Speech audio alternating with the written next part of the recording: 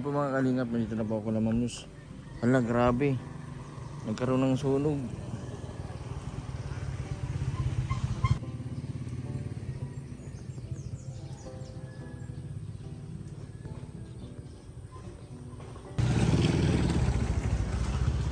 Medyo matagal-tagal ko na pong hindi ito nabalikan. Mamlus. Tao po. Wala na ditong ano.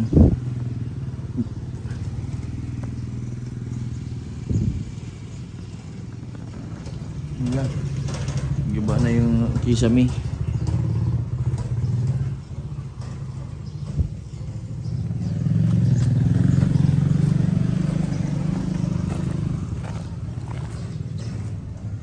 Mamlus. Mamlus. Wala nang tao dito. Mamlus.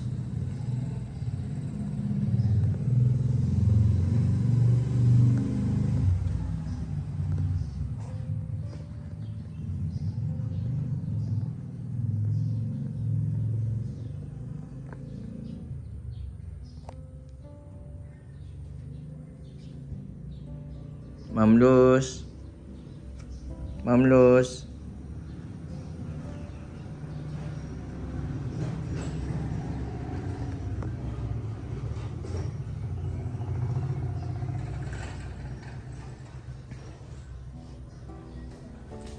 Mamlus. Mamlus. Mamlus. Nagpasok na po ako. Ay, wag. Bawat. Ako po ba si Jason? Ay, bawat. Bukas pang kuryente dito.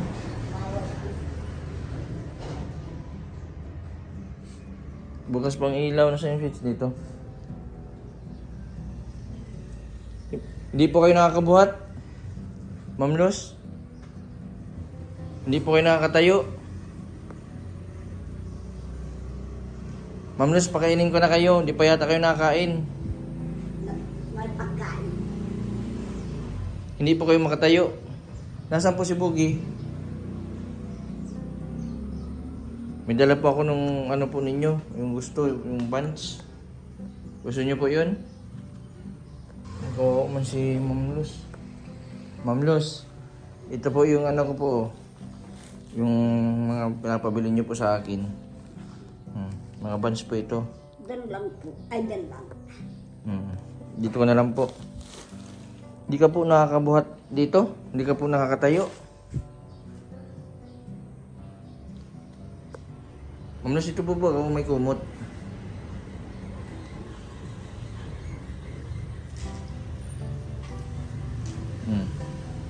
Meron. Dito po oh. Meron.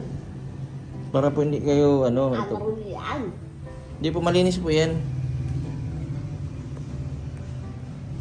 Di po kayo Bawal dito at wala po.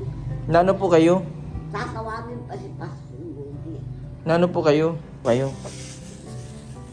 Ay, huwag ka makialam. Diyan yan dyan. Di po, langgam na po oh. Dyan. Di po kayo makabuhat. Mamlos. Ayusin ko lang po ito ha. Okay lang po maglinis muna ako dito. Magwalis para yung mga langgam po, yung mga kalat po ay hindi maano.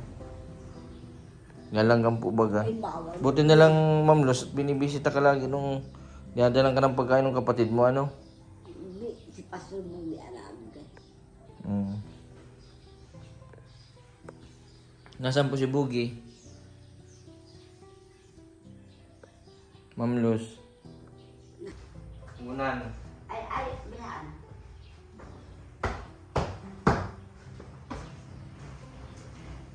Ay, ako. Ay, ako. Ay, ako. Lalaki. Ayan yung po magunan? Oo. Masakit po.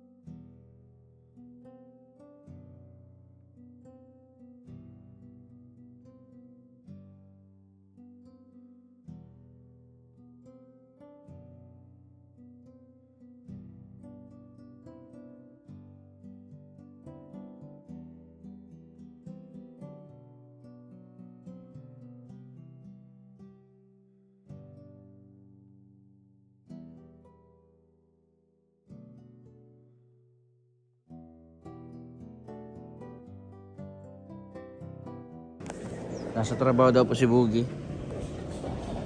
May ano pa kung may dala po akong bigas.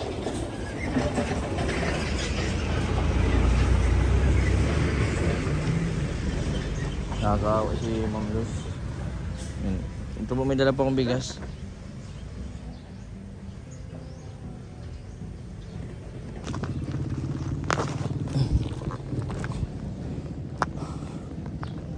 Awig si Ma'am Luz.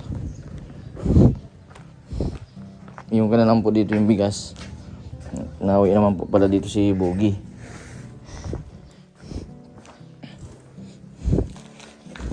Ma'am Luz.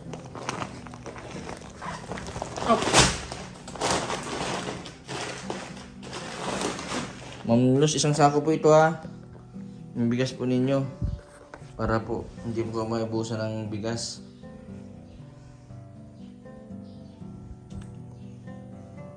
Sige na Ma'am Luz, pakainin ko na kayo. Ayaw. Ano pong gusto ninyo? Wala. Wala po kayong gusto? Ma'am Luz, gusto niyo pong isama ko kayo sa facility? Kat. Abo. Nandun po sila Reggie. Pag malakas na kayo, mabalik po tayo ulit dito. Na.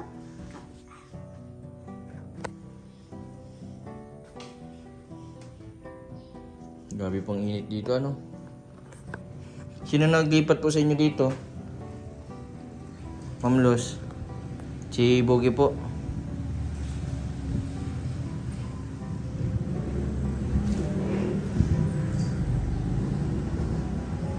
May mga ano dito, langgam.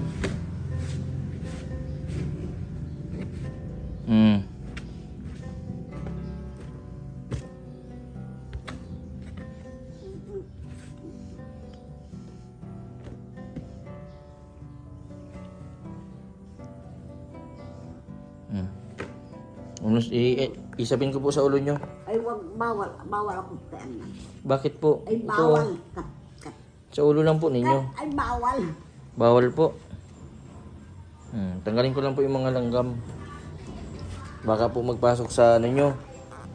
Pasok po sa tainga.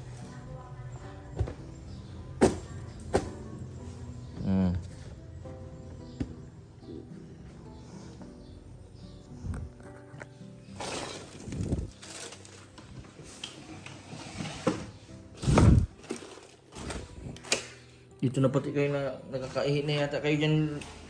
Ma'am Luz, hindi na kayo nabuhat. Ma'am Luz, bilan ko kayong diaper. Ay, na. Kat. Nakakapag-ihi naman po kayo sa ano? Na. Nakabuhat naman po kayo.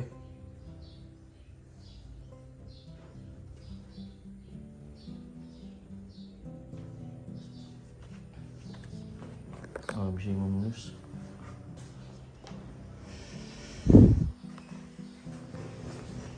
Baka nandito si Boogie. Minsan po dito nagtatrabaho si Boogie ay sa ano. Ang dami ng bunga ng ano nyo, Ma'am Luz, oh. Mangga. Ma'am Luz, pahingi ako ng bunga. Ma'am Luz. Oh, dami. Pwede itong ibenta ni Boogie.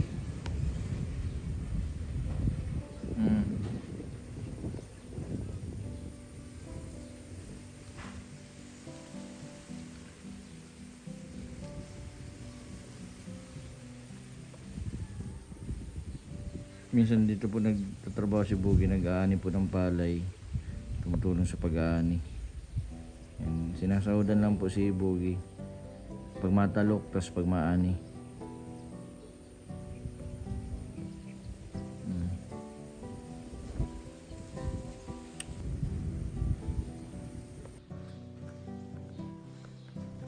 Ma'am Luz, kain ka na po kahit konti lang, oh.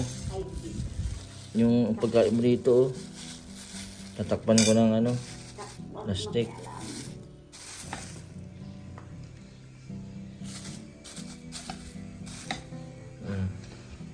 Meron po akong dala dito yung paborito po ninyong mga tinapay.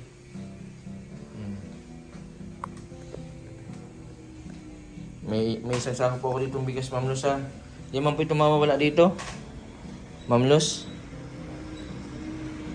Pagsabi na lang po kay Boogie, nagpunta po ako dito.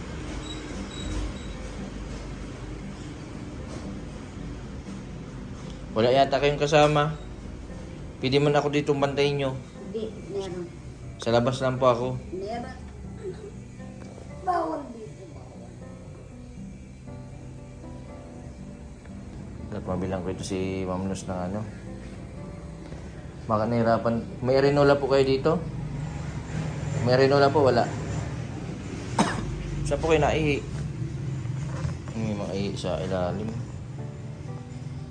Baka dyan na naihi si Ma'am Luz sa laan.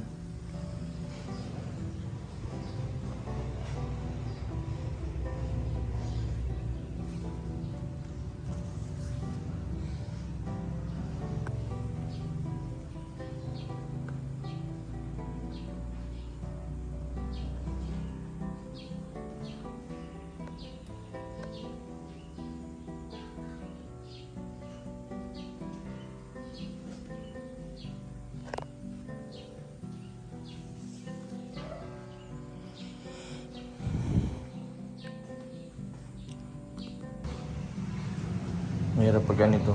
Walang kasama. Dapat may laging may kasama si Ma'am Luz. Tubig yata wala dito. Mahirap ang tubig. Ay, meron man dito ang tubig, oh. Isang timba.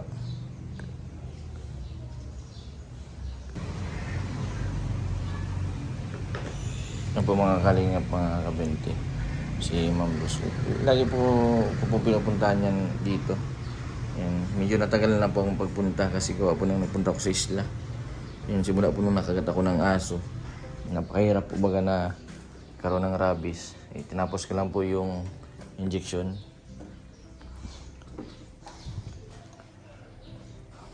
Yun, kailangan pong obserbahan yung, yung aso. Kaya di po ako masyadong naglalabas nun. Yun, si Ma'am Luz, lagi ko yung dinadaanan dito. Yun, kahit po hindi po ako na-vlog, pinapunta po ako dito sa unahan nito. Kala Ma'am Luz ay binibigyan ko man po ito ng mga kailangan, grocery, yung mga kain. Ngayon po nabigla ako dahil nagkaganito si Ma'am Luz. Parang hindi makatayo. Baka po si Ma'am Luz nadulas. Ma'am Luz, nadulas ka po, Ma'am Luz? Masakit po ang likod ninyo? Yung paa ninyo? Ilang taon na kayo, Ma'am Luz? Nakakalungkot kasi mahina na si Ma'am Luz. Araw-arawin ko po itong punta dito si Ma'am Luz. Ngayon po lilinis muna po ako dito sa loob ng bahay para maging maayos po. Tapos bukas sa mga susunod na araw balik-balikan ko ito si Ma'am Luz. Bibilang ko din si Ma'am Luz ng Renola, tapos adult diaper.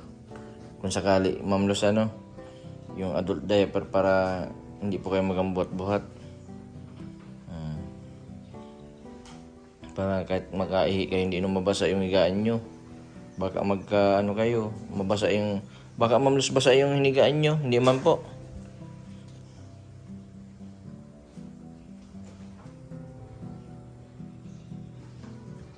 Yung karamihan na yung lola ko nagkaroon ng bidsor, gawa ng nagkakaihi na dun sa higaan. Bawal dito, bawal. Bakit po? Ayaw. Dati man po, pwede man po ako dito. Hindi bawal. Bawal dito.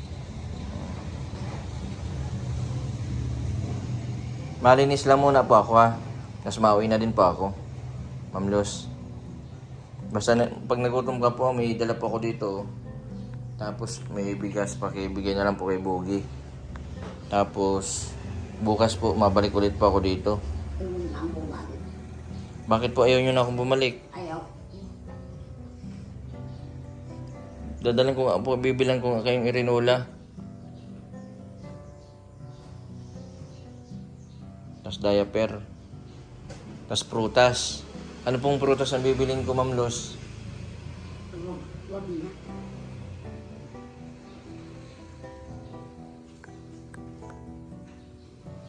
Yan po mga kalingap, mga kabente. Bukas po makakabalik po ako. Malinis muna po ako dito.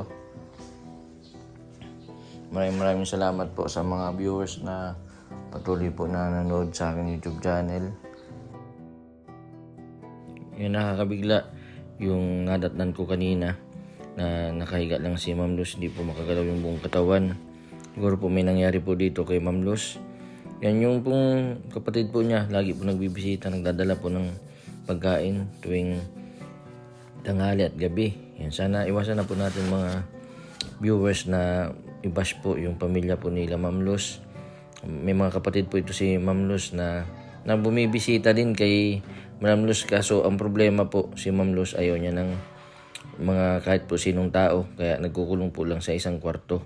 Hindi po natin masisisi yung mga kamag-anak po ni Ma'am Luz bakit minsan lang po nabisita, kasi yung iba po ay pag nabisita ay hindi man po pinapansin ni Ma'am Luz, kaya yung pinadadala po nila ay binibigay na lang doon po sa kapatid para siya po ang magbigay.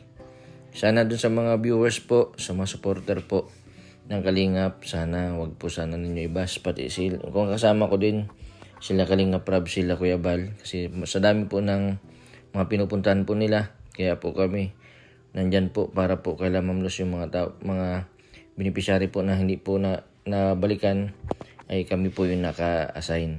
Sana magkaisa po sana tayo, sana patuloy pa po ninyo kaming suportahan. Nakakawa si Ma'am Luz sa kabila po ng edad niya na dapat ay nagpapahinga, nagre-relax, at yung mga anak po ang nag-aasikaso. Hindi po natin masisisi si Boogie dahil po si Boogie po ay may pamilya. Kailangan po niyang magtrabaho para sa mga anak niya at para kay Ma'am Luz. Yan, siguro po ang nag-asikaso po nito, kapatid po ni Ma'am Luz at mga pamangkin. May mga nakausap naman po ako ng mga pamangkin.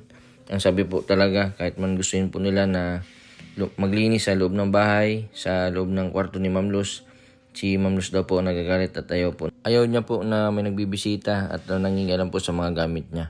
Kaya yung mga pamangkin po ay nagbibisita lang kapag may bibigay. Sana wag natin i-bash yung mga kamag-anakan ni Ma'am Luz, kasi kung tutusin po ay gusto man po nila natulungan si Ma'am Luz, kaso sa kabila po ng pinagdadaanan ni Ma'am Luz ay nirerespeto na lang po yung kagustuhan.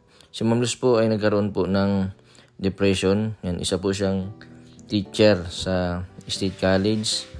Siguro po ay dala po ng pagkamatay po ng kanyang asawa at problema na din sa pamilya.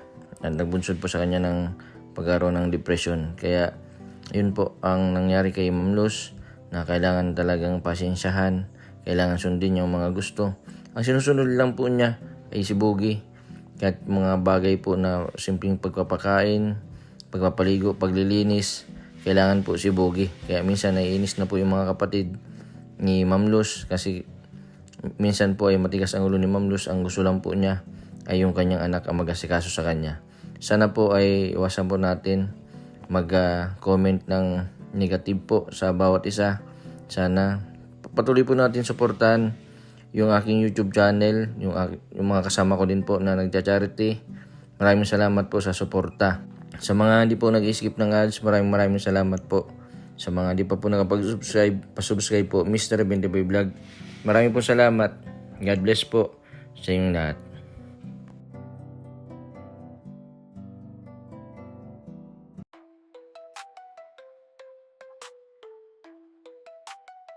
Kumakwento sa lansangan na di napapansin ng karamihan. Ngunit sa lente ng iyong dala-dala, nagiging pag-asa at saya para sa iba. Mr. Bendiboy, sa likod ng bawat kuha, tumutulong na walang kapalit. Bawat malasakit na iyong ginagawa, liwanag sa iba ang iyong dala-dala. Salamat sa iyo sa pagbibigay mo ng pag-asa para sa iba. Sa gitna ng bawat kuha, totoo ang bawat luha ng mga taong natulungan mo. Talaga, hindi mo lang ginagawang palabas, ginagawa mo ito dahil may malasakit ka sa iba. Mr. Bendiboy, sa bawat vlog mong puno ng malasakit, may aral sa likod ng bawat click. Hindi mo lang binibigay, ikaw pa mismo ang nagbibigay buhay. Mr. Bendiboy, Mr. Bendiboy, sa likod ng bawat kuha, tumutulong na walang kapalit. Bawat malasakit na iyong ginagawa,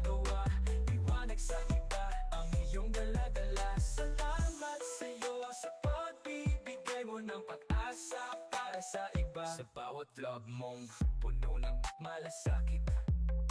May aral sa likod ng bawat click. Hindi mo lang binibigay, ikaw pa mismo ang nagbibigay buhay. Mr. Bente Boy, Mr. Bente Boy, sa likod ng bawat kuha tumutulong ng walang kapalit. Ang bawat malasakit na iyong ginagawa, liwanag sa iba ang iyong dala-dala. Salamat sa'yo sa pagbibigay mo ng pag-asa para sa iba.